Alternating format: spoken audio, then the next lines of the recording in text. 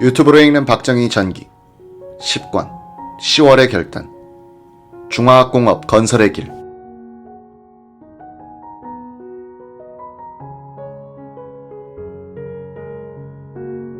1974년 1월 연두기자회견에서 중화학공업 건설을 선언한 박정희 대통령은 1월 31일 오후 청와대 국산 병기전시실에서 오원철 경제 제2수석 비서관으로부터 방위산업 건설 및 공업구조 개편에 대한 보고를 들었다.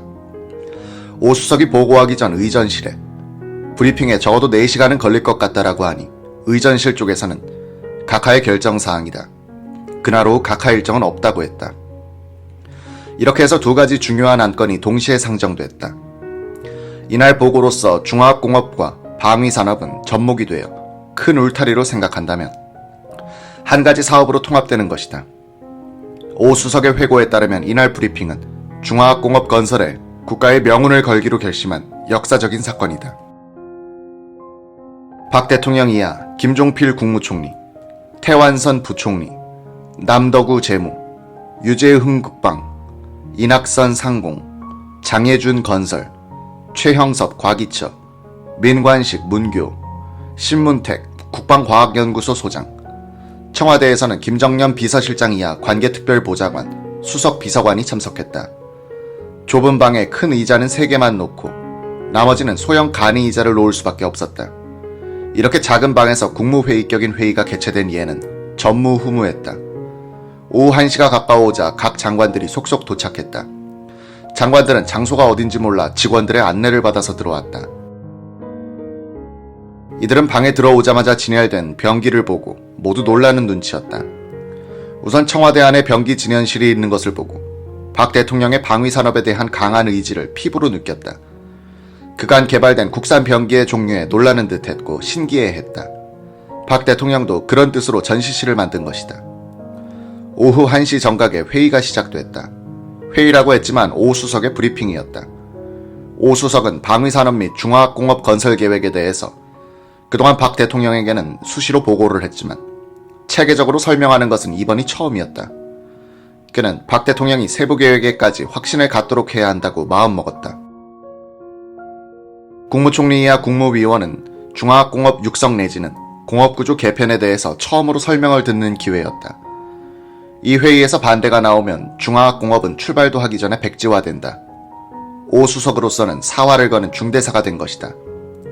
그래서 방위산업에 관한 보고는 시간관계상 대폭 줄이고 본론인 공업구조 개편론 보고에 들어갔다. 중화학공업과 방위산업은 표리일체입니다. 우선 화학공장 문제부터 설명하겠습니다. 화약을 생산하는 기초 원료는 질산입니다. 다른 나라에서는 비료공장에 사용됩니다만 우리나라는 요소비료만 생산하고 있기 때문에 기초 화공약품을 생산하지 않고 있습니다. 이번 중화학공업 계획을 추진하면서 질산을 위시한 무기화공약품을 대량 공급할 수 있는 종합화학공장을 건설하겠습니다. 국내 화학공업 발전을 위한 기반도 구축될 것입니다. 평상시에는 비료 생산에 더 많은 양이 사용되지만 비상시에는 주로 화약 제조용으로 공급되겠습니다. 그리고 그 공장 근처에 현대적 화약 공장을 건설하겠습니다. 새로운 현대식 공장입니다. 포탄 공장은 소구경에서 대구경까지 만들 수 있는 공장을 신설하겠습니다. 위치는 물론 남쪽입니다. 1972년 8월에 정부 승인이 나고 9월에 착공해서 현재 건설 중에 있습니다.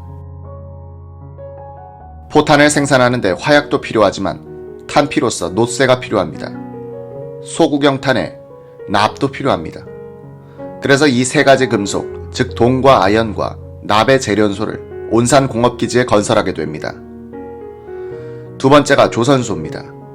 어느 조선소나 민간용 배를 만드는 곳이라면 크기는 다르지만 군함도 건조할 수 있습니다. 이번 중화학공업 계획에서는 어떠한 대형 군함이라도 건조할 수 있는 대형 조선소를 건설하겠습니다.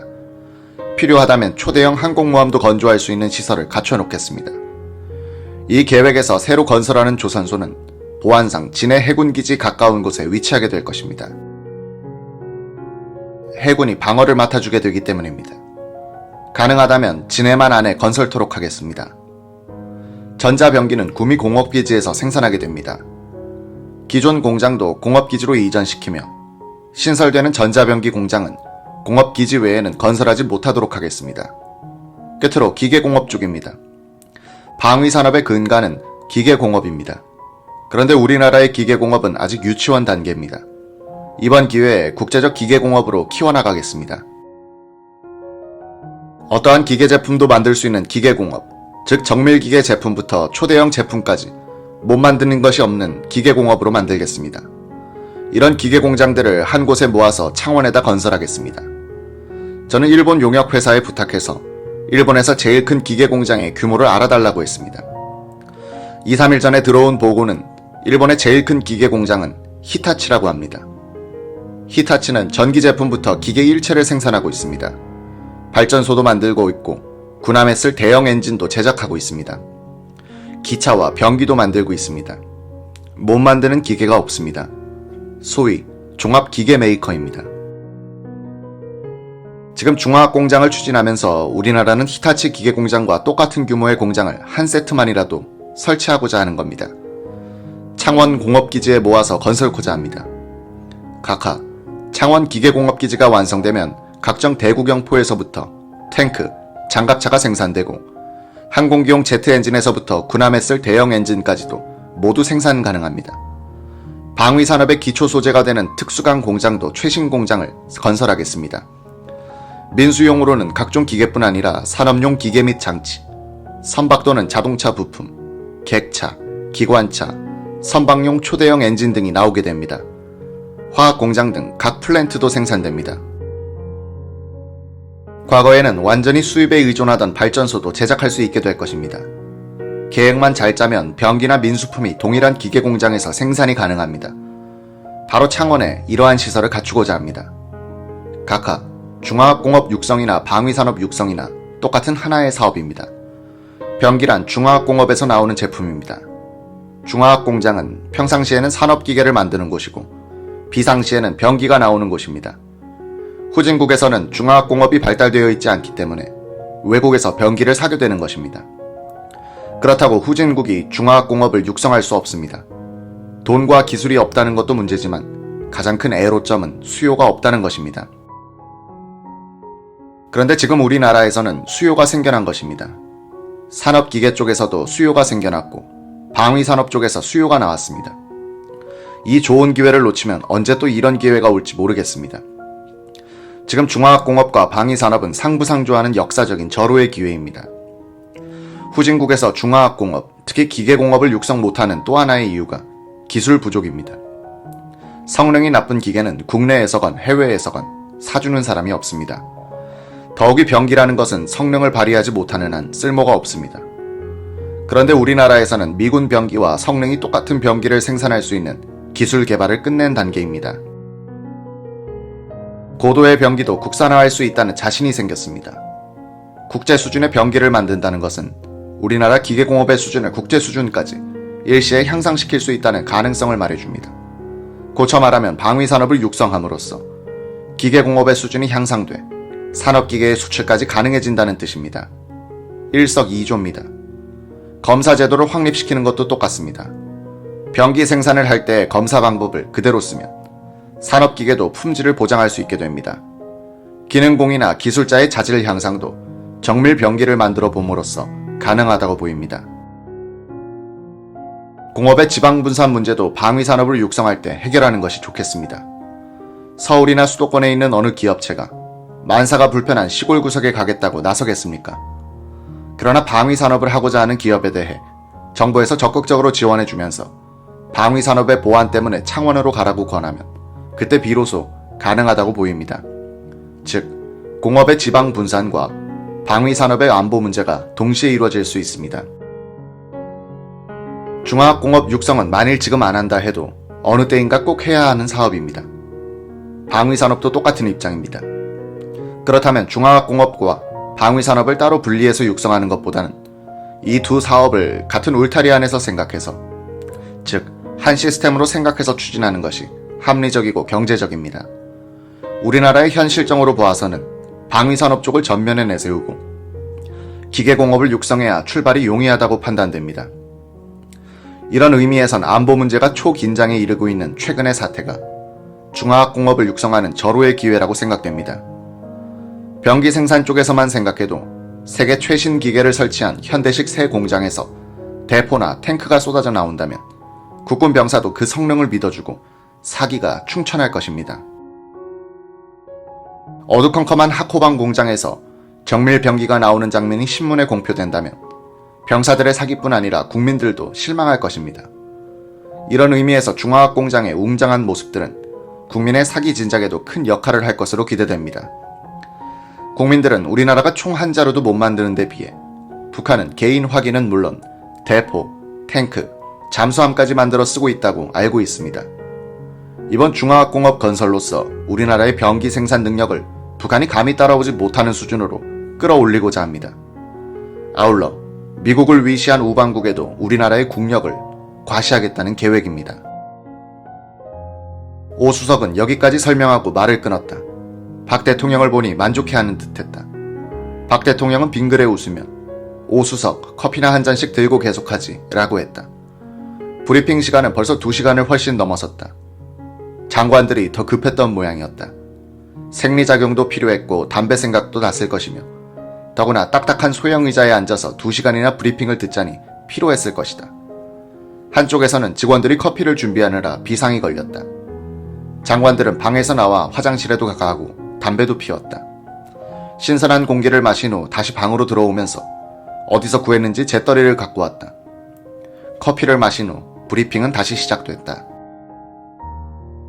오 수석은 이미 브리핑의 클라이맥스를 넘은지라 여유가 생겼다. 브리핑의 내용은 중화학공업 6개 업종에 대한 세부 육성 계획이었다. 그는 요점만 설명했다.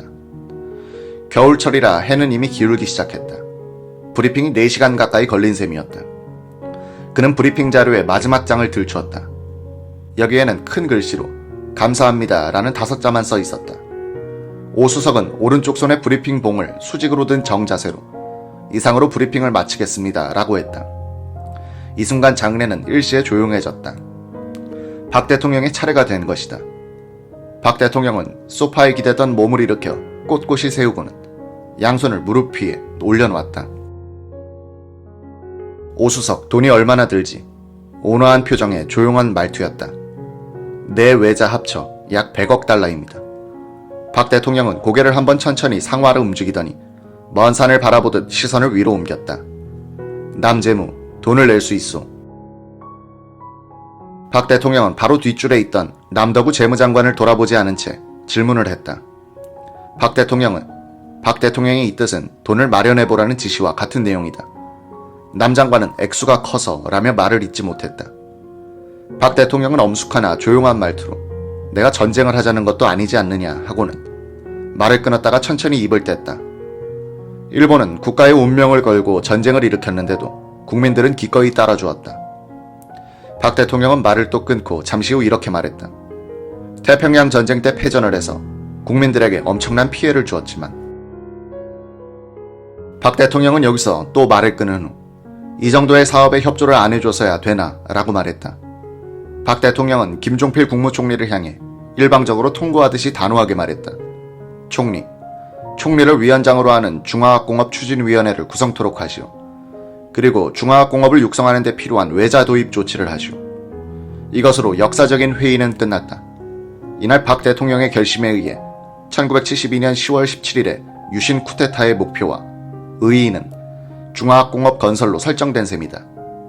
이날 박 대통령은 유신 조치로서 국력을 조직화하고 능률을 극대화하여 중화학공업을 건설한다는 것을 국가 목표로 분명히 설정했다.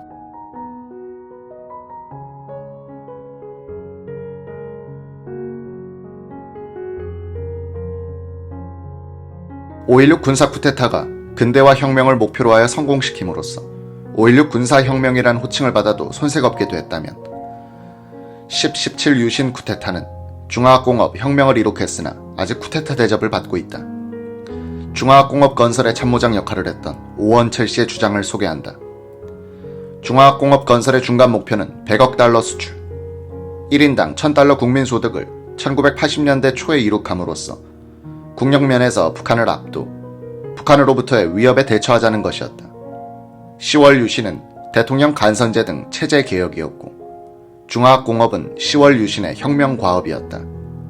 정치적 개혁에만 취증하여 유신 시기를 평가하면 안 된다. 10월 유신이 중화학공업 건설을 만들어낸 정치적 기반 조성이었다는 점을 간과하면 역사를 온전하게 보는 것이 아니다. 유신 독재기로 불리는 1972년부터 1979년의 시기는 중화학공업 건설기와 겹쳐 있다.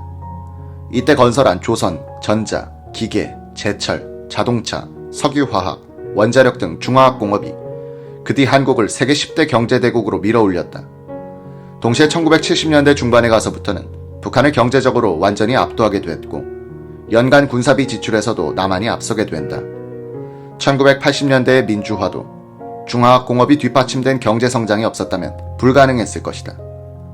1980년대 10년간 한국은 중화학공업의 가동으로 연평균 10.5%의 경제성장을 이룩했다. 이는 세계 200여 개국 중 1등이었다. 지금 세계 최고 수준의 기술 집약적인 핵심 산업을 이렇게 세트로 가지고 있는 나라는 미국, 일본, 독일, 한국 정도다. 한국이 자유통일을 넘어 선진국, 그것도 영국, 프랑스 수준의 선진 강대국으로 나아갈 수 있게 하는 산업 기반 건설이 1973년 1월 31일에 오원철 수석 보고와 박 대통령의 결심에서 비롯됐다고 봐도 큰 과장은 아닐 듯하다. 문제는 중화학공업 건설에 치명적이 될 만한 사건이 이로부터 9개월 뒤 일어난다는 점이다. 4차 중동전쟁으로 석유값이 4개월 사이 4배로 뛴다. 박 대통령은 이때도 중화학공업 건설의 결심을 포기하거나 근본적 수정을 하지 않았다. 그는 지휘관은 한번 결정하면 분리해도 밀고 나가는 것이 장기적으로는 유리하다는 행동 원칙을 견지했다. 버티기로 들어간 박 대통령에게 찾아온 활로가 중동 건설 시장 진출이었다.